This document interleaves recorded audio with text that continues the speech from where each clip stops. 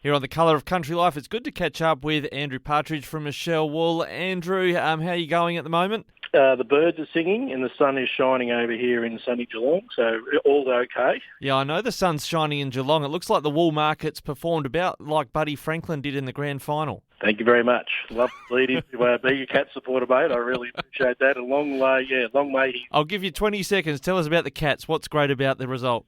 20 seconds, thank you. A bit ashamed of Joel Selwell, but how good was he, mate? I'm almost welling up just talking about the... Well, the Waterworks, when I saw them in the eyes, I thought he's done. He's finished. And at least he's gone, but it looks like Tommy Hawkins going to go around again for another year. Yeah, and he's in good nick. He's pretty best form, isn't he? So, no, I can't see why not. His body's probably okay. And we're hearing little snippets of Joel, crawling to the bathroom after games. So I imagine he, poor bugger, he is the warrior, and that body's going to have a few scars going forward. But Tom's in good nick, isn't he? We've gone past 20 seconds, but your quick tip, who's the next captain? Again, a bit biased for me. Tommy Stewart, actually, he played our local footy club in Geelong here, so I'm a bit biased. Yeah, he probably, Paddy Dangerfield blotted his copybook running around with the Crows for a while, I suppose. All right, let's get on to the wool market. A Sydney Swans performance from the wool market this week. Yes, unfortunately, mate. We're sort of midweek and...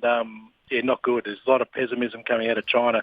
Rumour that 1 mill in China, and hope everyone's sitting down here at the minute. There's a mill in China who's quitting wool well under the market, and we're talking about thousands of bales of wool. There's a bit of a credit problem with this particular fella, and he's quitting wool, and it's drove the market into a bit of a spiral, unfortunately. So hopefully it's only short term, but it's created a bit of panic. Sure has, and we've had a different sort of trading week as well. We've still got sales happening even into Thursday. Yes, mate, yeah. So with the public holiday last week, we've just got a Wednesday-Thursday series this week, and it'll be Wednesday-Thursday again next week with a public holiday in New South Wales, I believe. Yeah, and South Australia as well. But when it comes to the amount of wool that's actually getting sold, how are the numbers looking on that front? Yeah, it's a bit more actually surprising amount of wool that's getting sold. The passing rate yesterday was 16%, and we had one buyer, initially when the market opened, one of the guys, TNU, the big Chinese top maker, was buying 50% of the offering at the start. So that's how everyone was sitting in their hands, and it was a high passing rate early, but it really, the selling rate of 16% only passed in. It's quite remarkable. We had a drop in the market around 50 cents. Is that a bit of a case of farmers now going, well, we've got that much of it, it's sort of bird in the hand's worth, two in the bush, we don't know where we're going to end up?